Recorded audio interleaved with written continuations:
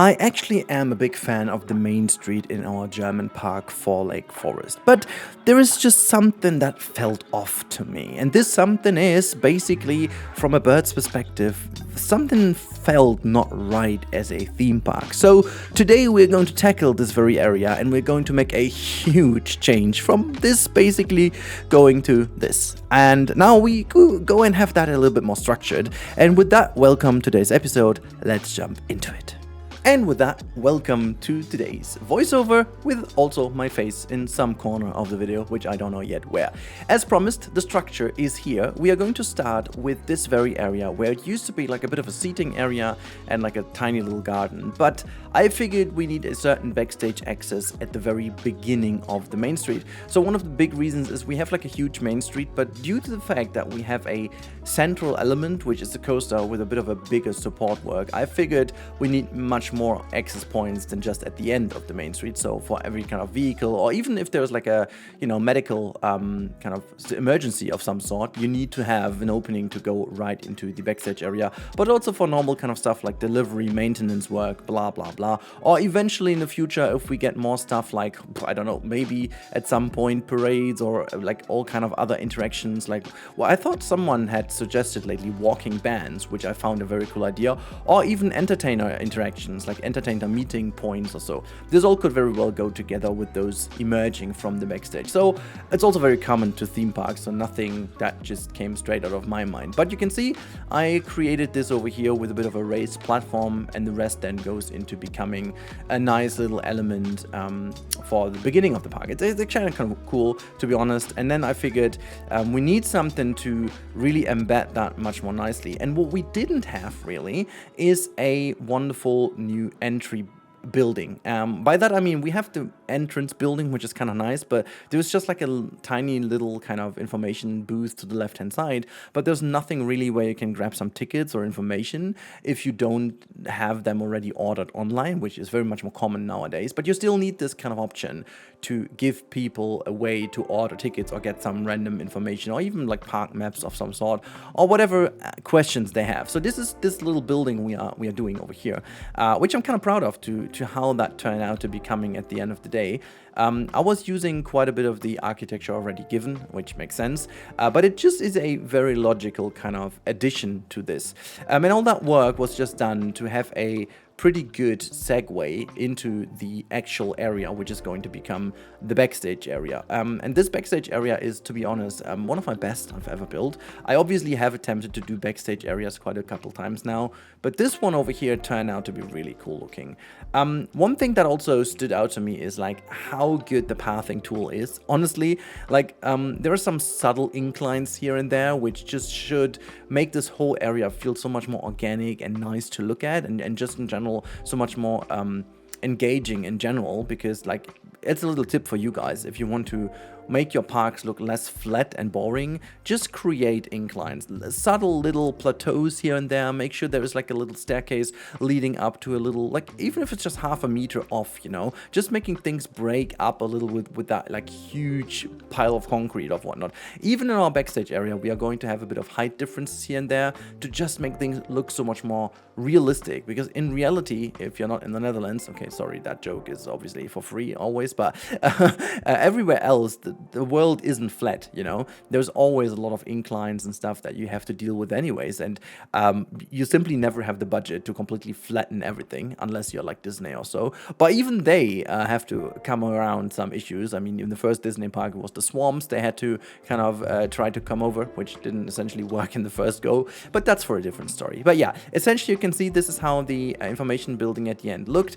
I opted, which is relatively uncommon these days, but I opted for the actual boxed versions of the shops because they have already a set interior, and frankly I was too lazy to make a complete interior here, because we still have, and you'll see that in the real-time part later, there is a lot of work we have to be done, we have to do in the future in the interior areas of our main street. There are some buildings I have set in place hoping for future updates of Frontier, which some of them already delivered.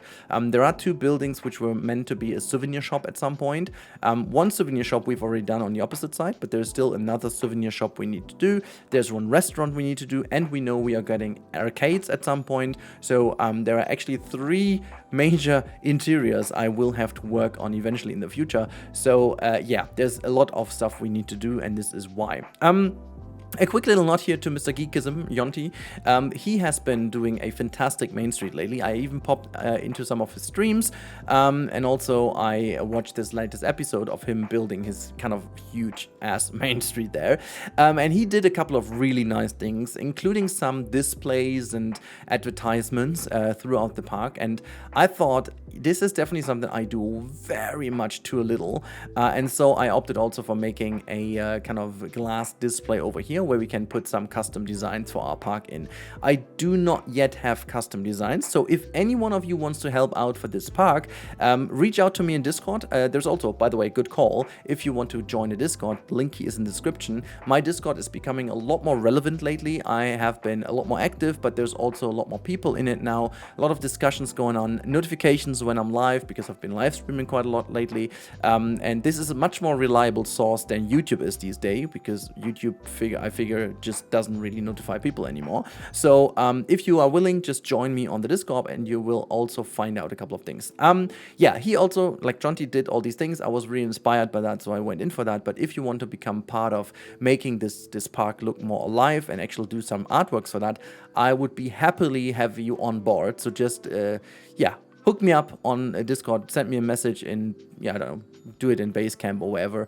Also, we are going to transition over into another part now, which is the Backstage. And you can see all the credits due to the creators that I used some blueprints of on screen right now. If you fancy having those things, just stop the video, check out the code, go download this yourself. This is a first for me. This is a first. I normally do refuse to use blueprints because I have that inner will of creating stuff myself. And if you've been following me around for these 10 years now, you know that especially in Planker 1, I have been doing every single item myself. I've done all the strollers, all the drinking fountains, every single thing I did myself. Because again, that's my inner will to just create this all myself, to just, I don't know, make it feel right. But, you know, life has changed. 10 years have gone by. I'm a dad of 2. I have a life. I have a position at work that is not a junior position as it used to being, maybe. So obviously priorities in life are a little different than they're used to being. And just in general, I have very much less time than I used to having. And so I have to find a balance. And you know what? I wanted to desperately do this backstage area and I want to make it look good. And so I opted for going for some good creations. And in all honesty, people have become really good over these years. There is absolutely no point in me doing another forklift or another backstage building because people have done it already and they did it well. So why would I need to change this? However, what I did change is, obviously, as you can see on screen, I have been changing a lot of these buildings to my liking. So I used the base buildings and then I changed up some of the colorations, some of the overall shape of it. I merged them with other buildings to make it fit my style. I exchanged some of the letters because obviously we also got some better pieces in the game as from the beginning, made sure that everything looks nice. I connected that to the backstage area and so on and so forth. So as you can see, I have put down basically all of these blueprints to make sure that they work at the beginning. But I'm also using some of my own stuff because, as you know, I am also working, or I have been working mainly on a Hanseatic Dreamland, a Hamburg-inspired theme park that is located in an abandoned harbor. If you haven't seen that one, this is a big recommendation to watch this series, which we're going to continue in season 2, eventually later this year. I have big plans for that one, but I will have to wait for some updates on Planet Coaster first to see what we can do there. Apparently, when I was booting up these blueprints, I figured they were made before we even had glass in the game, and so that was still where I was using the water pieces as glass, which, yeah, that's something we had to do in the past, right?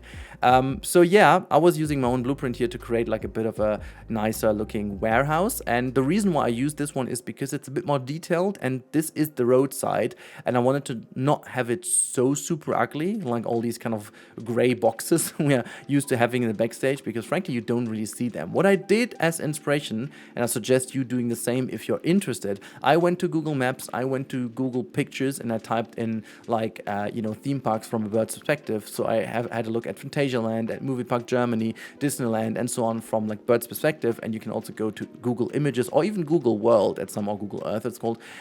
You can check out these things, and you will eventually learn how they set up the Backstage areas and what kind of tricks they use to make sure that from the guest perspective you can't really see the Backstage. I'm going to show you in the real-time part how exactly I worked on my sidelines to avoid people seeing the Backstage, but still make it very obvious that there is an area for the staff members without breaking the immersion and the illusion of the theme park.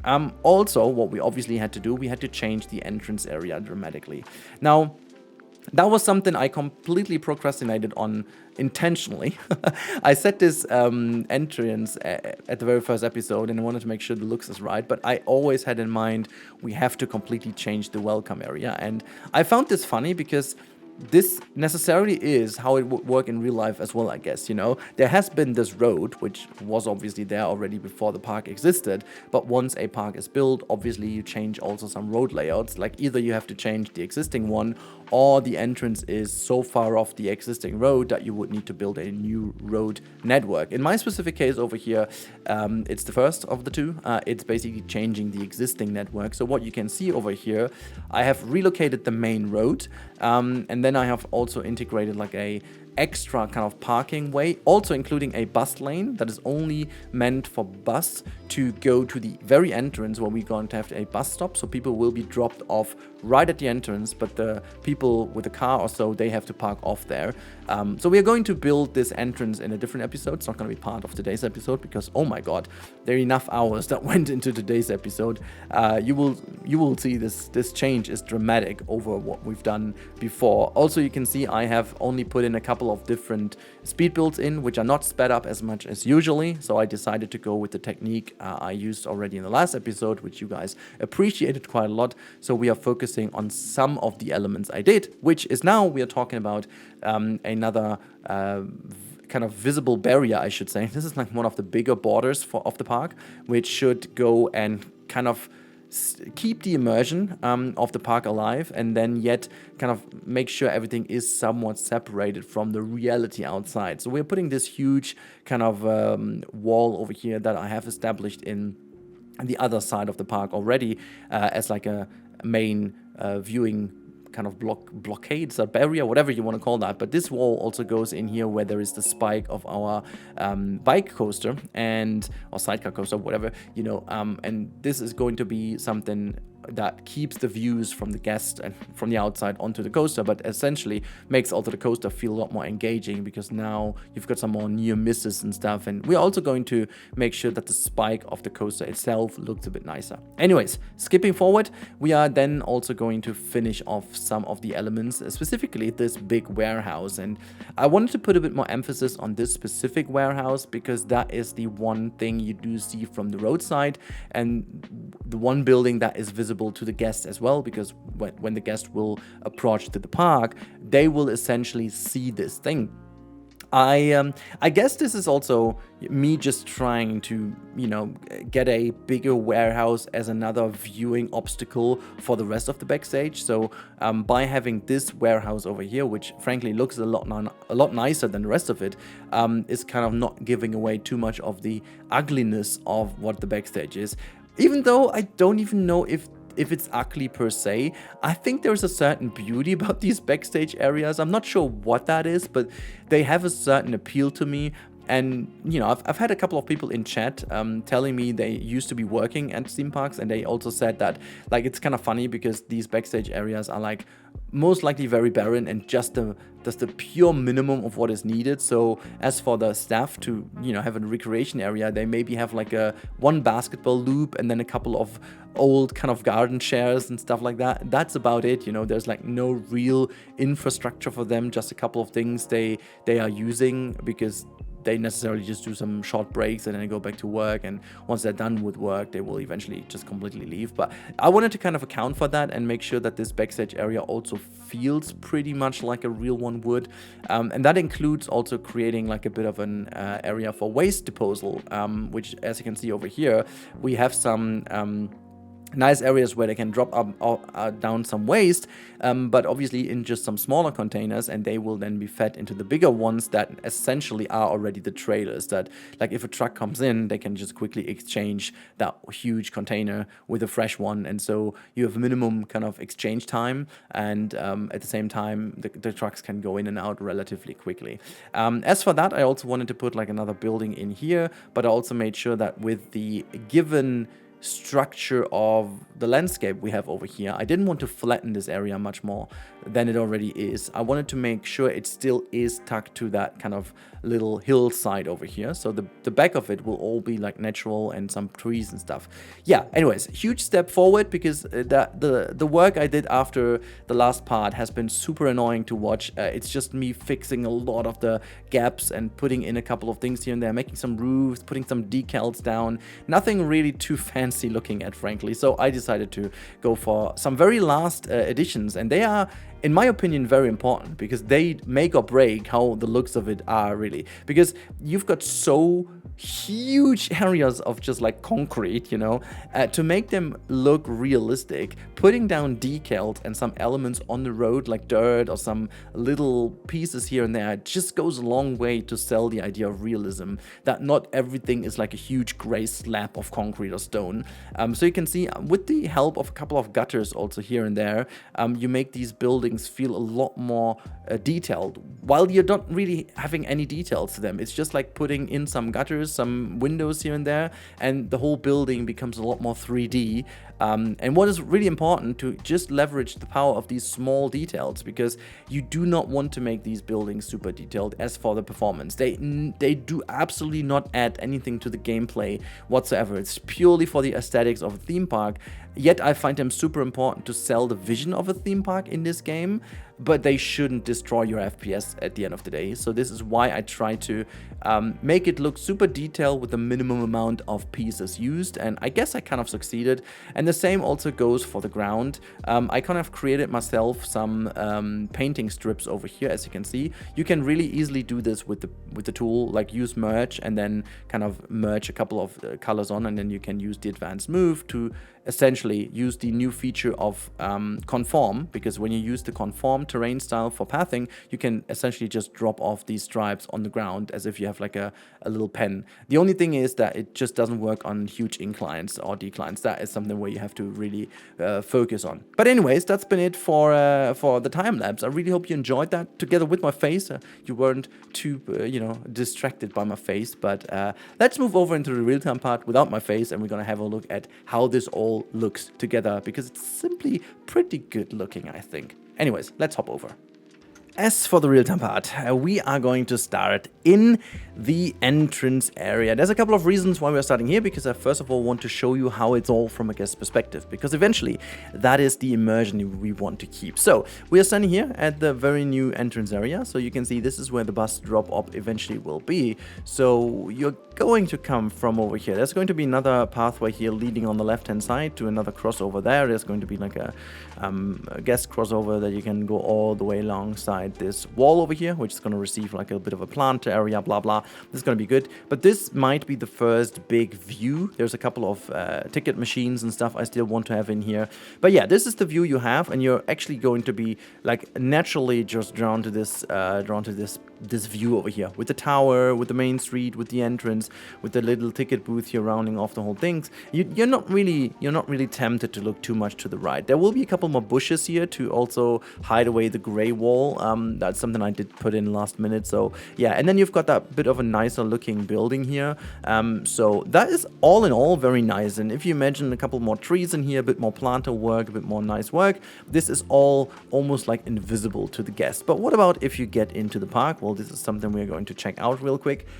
We are going to enter the park. As I said, this is the new information kiosk, which looks super nice. And from over here, you have the right sideline here with that little warehouse in the back looking really nice. That gray wall doesn't really play a role anymore, which is kind of cool. This display again has to be filled by you, by me, doing some artworks for this park. That would be fantastic. Also, if you want to do that and you want to have some screenshots of this park, just let me know. I'm gonna drop a couple of screenshots then into some of my Discord channels, but let me know down below. That would be very important. Also, let me know in the comments if you've sent me a message. The comments are the one thing I do see the first. Yeah, this is where you have this one information counter, but that's like a tiny one. This one is the one that matters, and then you get in, and this is how the main street looks. And as you can tell, not really much has changed. You do see obviously this gate over here, and you do see that there is a building and like a lantern behind, but you can't really tell much more than that, you know. This could very well also be like another attraction of some sort, but it doesn't scream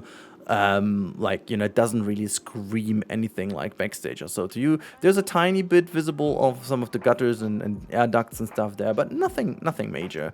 And if we have a little glimpse inside of this building, which is going to turn, I think this is actually going to be turned into a souvenir shop. Obviously this is part of the whole build. Then there is like this little gate over here, which to be showing you is actually a gate in here. There's a little door missing, and if you go all the way through here, you are very much in the Backstage area. So it's actually connected realistically in a way. So staff members at the moment will just go through here, but it doesn't matter too much. There's like a barrier here, so they actually use the gate side of things. And then if you are back in the park, you can see there's really no way to see that there is Backstage. Some trees are hiding this nicely too.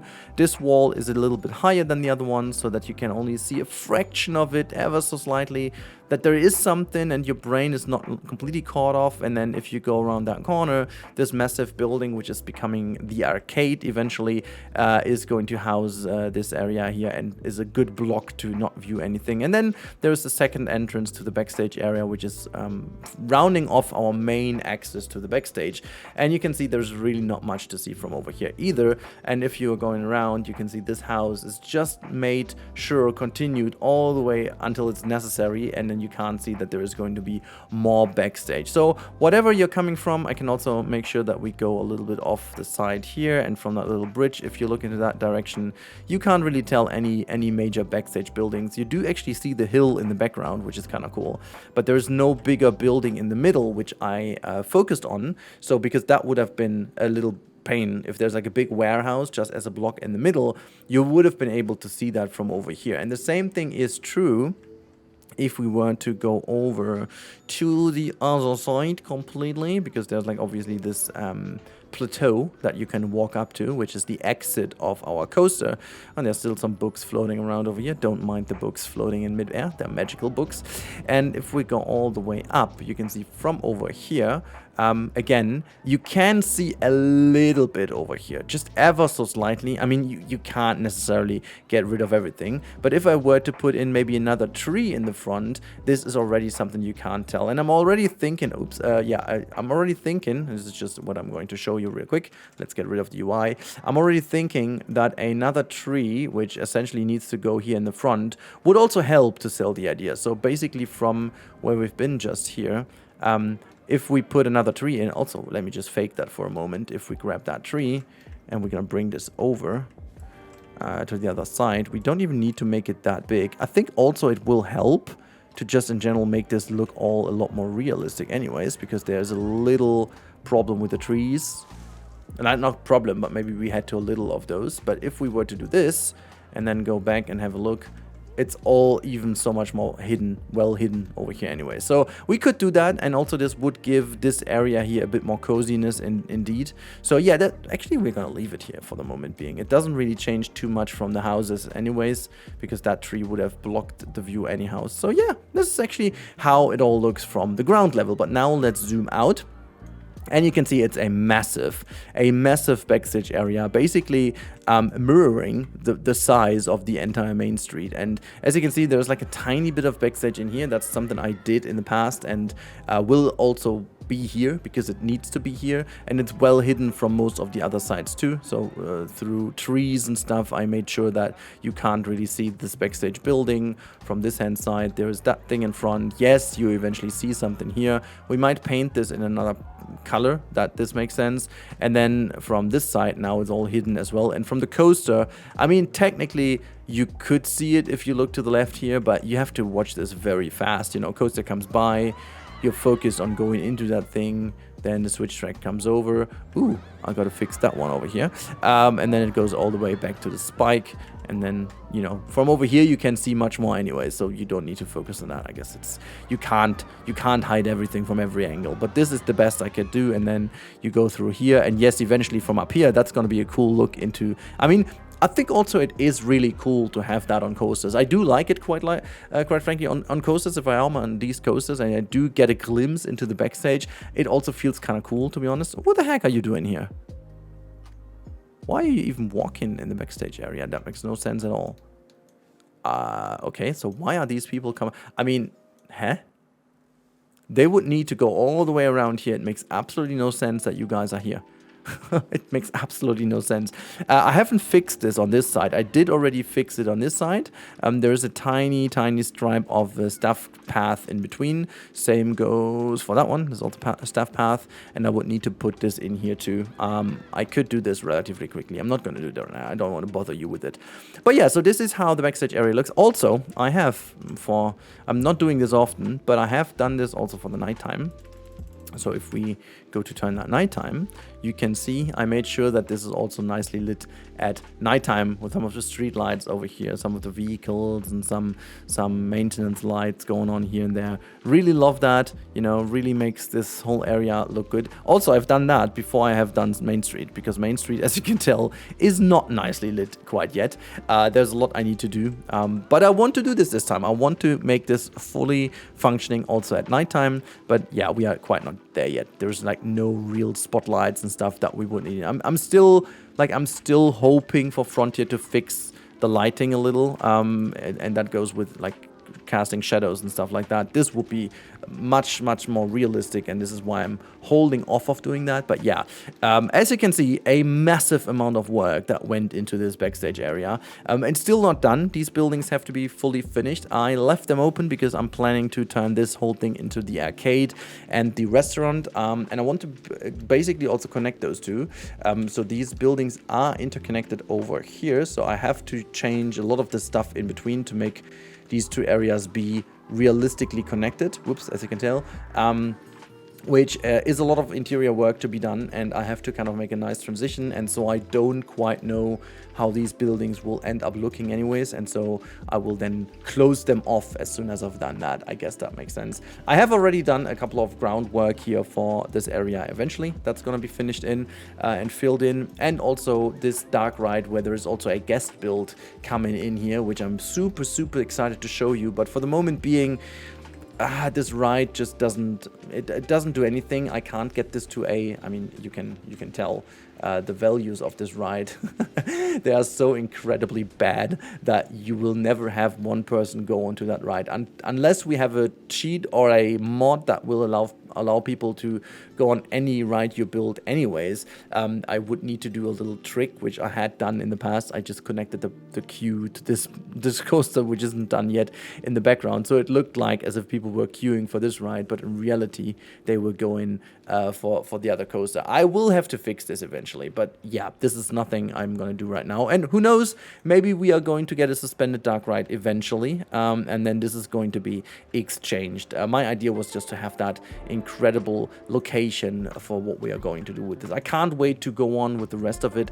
This park is giving me these kind of evergreen garden vibes more and more, and I want to continue on delivering on that, and just for as for the future. Also, by the way, we are almost done with the episode, so you did a great job in sticking with me. If you did, by the way, this is the moment to like the video, sub to the channel if you haven't already, and also make sure to become a member if you want to support me a little more, or you can just buy a game from Instant Gaming. Link here as always in the description. This month has been very poor, so if you need any game or any kind of, I don't know, Steam money or whatnot, make sure to check out my link. You would help me out tremendously if you would get something via Instant Gaming to fulfill my contract details. That would be great. But that's not what I wanted to say. I wanted to say that most of this Backstage area has actually been done on live stream. So in case you didn't get the notice, which I get because YouTube is rather bad at giving people information these days, I have been live streaming already 6 times in the last 2.5 weeks, and there's going to be another live stream tonight I should say. We are playing some Planet Zoo in Tiny Atoll, and on Thursday I'm planning to do some Planet Coaster again. Whether it's been on this park or Big Thunder Mountain, I will decide based on my feelings, based on how my day has gone and what I feel like more doing. But we're having like, 2 to 3 hours live stream, sometimes even more than 3 hours, and we've been chatting around and doing some, guessing what could be next in Planet Coaster. We're talking about everything and nothing and just having a lot of fun in there, a good time. So if you feel like this is something for you, make sure to join, or if you want to catch up, if this is something for you, you can also have a look at the VODs there on my channel, so you can check out if that's nice. Everything is set up. It doesn't matter if you like Twitch or YouTube. I'm gonna stream to both platforms at the same time. Thankfully this is allowed nowadays, so it's going to be a multi-stream, so you can use the platform you prefer for live streaming, which I can totally understand if you don't use YouTube for that. So with that said, a lot of information, organization stuff. Oh god, but it's looking so good. Also, I was worried that this part over here is looking worse than before, because I really like the old area how it looked, but it doesn't feel bad to me. I like this little plateau over here. I like the idea of having this almost like a little meeting point, It's kind of unnecessary that you can't get down from over here because you always have to walk around, but I feel like this is a genuinely great meeting spot for families or so. If they said like in 2 hours we're gonna meet over here, or maybe lower at this bench or so, which is what people do. So I think this has become now a way better meeting point, just as like by the lockers. Oh, by the way, the lockers will be done. This is just a placeholder. I will have to change my lockers into something good again, so they will be here. I have done this in the past, but for whatever odd reason I have deleted them, so this is going to be done sooner than later, I guess. Anyhows, I really hope you guys enjoyed today's episode, and if you want to do a bit more than just all the other stuff I've talked about, you can drop me a comment what you would love to see on this project. Would be very much appreciated. Until then, the only thing I can say is let me know what you hope to be in the free update of the next Planet Coaster update, which I have no idea when we finally will get some news. I'm just eagerly waiting like you are, and I'm eagerly becoming frustrated as you are. So let's hope that we soon find out. Maybe in the next coming days, I don't know. See you in tonight's live stream or in the next video. Until then, bye.